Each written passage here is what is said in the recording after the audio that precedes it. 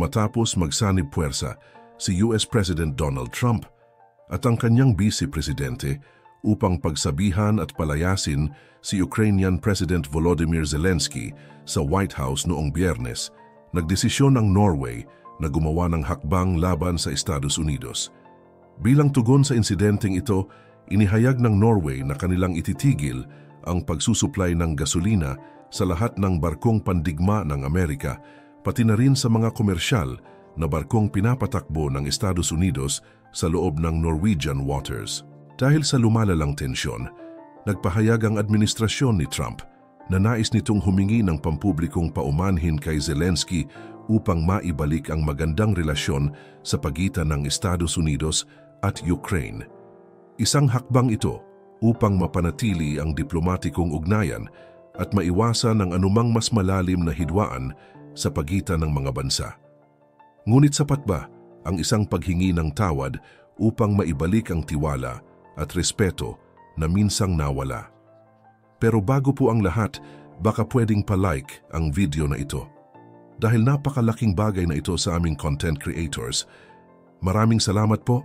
Ang desisyon ng Norway na putulin ang pagsuplay ng gasolina ay hindi lamang simpleng hakbang dahil ito ay isang direktang sagot sa naging kilos ng administrasyon ni Trump laban kay Zelensky. Ang hakbang na ito ay pinangunahan ng isang malaking Norwegian fuel supplier na tinatawag na Hotback Bankers. Ang kumpanyang ito ay kilala sa pagbibigay ng marine fuel para sa iba't ibang operasyon sa dagat, kabilang ang mga barkong pangmilitar ng NATO at mga kaalyadong bansa. Sa isang pahayag, hinimok ng Hotback Bankers ang ibang Norwegian at European companies na sundan ang kanilang desisyon. Sinamahan nila ang kanilang mensahe ng slogan na Slava Ukraina, isang malinaw na pagpapakita ng kanilang suporta sa Ukraine. Ngunit gaano kalaki ang epekto ng hakbang na ito sa Estados Unidos? Ang Hotback Bankers ay isang Norwegian fuel supplier na may malaking papel sa industriya ng maritime sa Europa. Sila ang pangunahing tagapagtustos ng gasolina para sa mga barkong pangmilitar at pangkomersyal sa rehiyon. Bukod sa pagbibigay ng fuel logistics, nagsusupply rin sila ng gasolina sa mga civilian at militar na customer, kabilang na ang NATO at iba pang kaalyadong puwersa. Dahil sa desisyong ito, inaasahan na magkakaroon ng malawakang epekto sa operasyon ng hukbong dagat ng Amerika sa rehiyon. Posibleng magdulot ito ng pagkaantala sa mga misyon ng US Navy, lalo na sa mga operasyong isinasagawa sa Europa at Arctic region.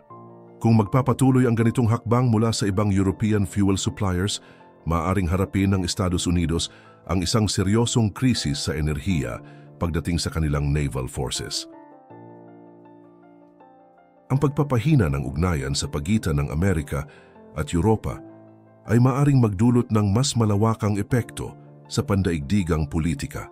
Sa panahong mas kailangan ng Estados Unidos ang suporta ng kanilang kaalyado sa iba't ibang geopolitical conflicts, ang hakbang ng Norway ay isang malinaw na pahayag na hindi lahat ng European nations ay kumikiling sa mga desisyon ng administrasyong Trump.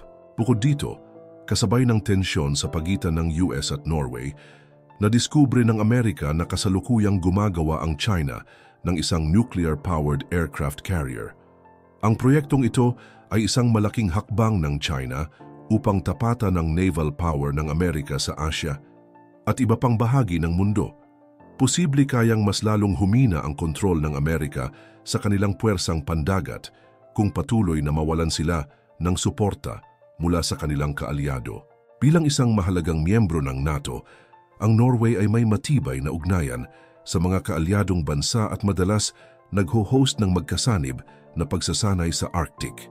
Kaya naman, ang kanilang desisyon na itigil ang pagsuplay ng gasolina sa mga barkong pandigma at komersyal na pinapatakbo ng Amerika ay nagdulot ng malaking tanong kung ano nga ba ang tunay na paninindigan ng Europa sa mga kilos ng Estados Unidos patungkol sa Ukraine. Bukod dito, lumitaw din ang usapin kung paano tumutugon ang mga pribadong kumpanya sa Europa sa mga pangyayaring may kaugnayan sa geopolitical tensions. Ang hakbang ng Norway ay hindi lamang isang desisyong pang-ekonomiya, kundi isang malinaw na pahayag laban sa naging kilos ni US President Donald Trump kay Ukrainian President Volodymyr Zelensky.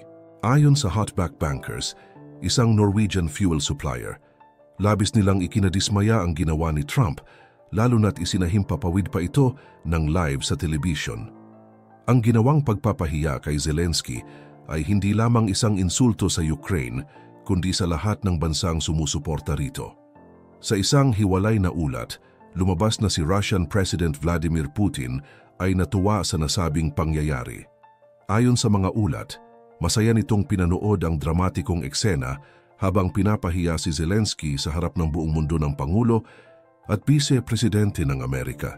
Sa ngayon, wala pang opisyal na tugon ng Estados Unidos sa naging desisyon ng Norway. Malinaw na ang pagkawala ng supply ng gasolina mula sa Norway ay magkakaroon ng epekto sa operasyon ng mga puwersang Amerikano sa North Atlantic at Arctic region. Ngunit paano nga ba nito babaguhin ang estratehiya ng Amerika sa rehiyon? Habang patuloy ang tensyon sa pagitan ng Amerika at Norway, nagsagawa naman ng isang emergency summit sa London ang United Kingdom Prime Minister Keir Starmer. Ang pagpupulong ay dinaluhan ng 13 leader ng Europa at iba pang mga bansa na sumusuporta sa Ukraine, kabilang si Zelensky mismo. Layunin ng summit na bumuo ng isang konkretong proposal na ipapakita sa Amerika upang makuha ang mga garantiyang pangsiguridad na matagal nang hinihiling ni Zelensky. Kabilang dito, ang patuloy na pagbibigay ng tulong militar, pagpapalakas ng ekonomiya ng Ukraine, at pagsigurong may sapat itong depensa upang hindi na muling salakayin ng Russia. Sa ganitong sitwasyon, malinaw na ang Europa ay hindi basta-basta susunod sa anumang hakbang ng Amerika nang walang maingat na pagsusuri. Ngunit sapat ba ang ginagawang aksyon ng mga bansang ito upang tiyakin ang seguridad ng Ukraine? Isang araw matapos siyang palayasin ni Trump, nagpahayag si Zelensky na bukas siyang makipagkasundo sa Amerika sa pamamagitan ng isang minerals deal. Sinabi rin niya na handa siyang bumaba bilang leader ng Ukraine basta't makasali ang kanilang bansa sa NATO. Para kay Zelensky, ang pagiging miyembro ng NATO ay isang mahalagang hakbang upang maprotektahan ang Ukraine laban sa mga posibleng pananalakay ng Russia sa hinaharap. Ngunit tila hindi lang siya ang may ganitong estratehiya. Ayon sa mga ulat, may nauna ng offer ang Russia kay Trump ng isang rare minerals deal. Ipinagmamalaki ng Russia na mayroon silang mas malawak na supply ng rare earth minerals kaysa sa Ukraine. Hindi maikakaila na ang hakbang ng Russia ay isang matalinong galaw sa larong geopolitikal. Kung sakali mang hindi magtagumpay ang Ukraine sa kanilang hangaring makapasok sa NATO, maaaring mahulog sila sa isang mas mahirap na sitwasyon kung saan ang kanilang kayamanan sa minerals ay hindi sapat upang mapanatili ang kanilang kalayaan. Samantala, isang bagong ulat mula sa Bloomberg ang nagbunyag na pribadong nilinaw ng Trump administrasyon ang kanilang kagustuhan na humingi ng pampublikong tawad kay Ukrainian President Volodymyr Zelensky upang ayusin ang relasyon ng Amerika at Ukraine. Matapos ang kanilang hindi pagkakaunawaan sa Oval Office noong Biyernes, nais umano ni Trump na makausap muli ang Ukraine upang gumawa ng unang hakbang sa pagpapanumbalik ng kanilang relasyon. Subalit, tila hindi ito ikinatuwa ng Russia. Bagamat malinaw ang pahayag ni Trump, isang nakakagulat na twist ang naganap nang biglang kumambyo ang US Secretary of State Marco Rubio at sinabi niyang si Zelensky ang dapat humingi ng tawad sa Amerika. Ang tanong ngayon, sino ba talaga ang dapat na mag-sorry? Sa ibang balita, isang bagong pagsisiwalat mula sa Maxar Technologies, isang defense contractor na nakabase sa Colorado, ang muling nagbigay ng pangamba sa Amerika at iba pang bansang may interes sa Indo-Pacific region. Ayon sa satellite images mula sa Dalian Shipbuilding Facilities ng China, isang napakalaking nuclear-powered aircraft carrier ang kasalukuyang ginagawa ng Beijing. Matatandaang ang China ay mayroon ng 3 aircraft carriers na kayang maglunsad ng fighter jets mula sa 3 bahagi lamang ng deck. Ang pinaka-advanced nilang barko, ang Type 003 Fujian, ay mayroong 3 electromagnetic catapult launching systems upang maipadala ng mas mabilis ang kanilang mga jets. Ngunit ayon sa mga eksperto, ang bagong barkong ito ay isang supercarrier na maaring magkaroon ng 4 na catapults katulad ng pinakamalaking aircraft carrier ng Amerika na ang USS Gerald R. Ford. Kung ito nga ay totoo, nangangahulugan ito na China ay naglalayong higitan ang kasalukuyang military advantage ng Amerika sa dagat. Sa kasalukuyan, ang Amerika ay may 11 supercarriers, samantalang ang China ay wala pa kahit isa. Ngunit kung magpapatuloy ang kanilang ambisyosong proyekto, posibleng maging pantay ang kanilang puwersa sa loob ng susunod na dekada. Ang nakakagulat pa ay hindi inanunsyo ng China ang kanilang bagong supercarrier. Nang hingan ng komento ang Chinese Embassy to the US, tanging ito lamang ang sagot ni Leo Peng. The national defense policy of China is purely defensive in nature.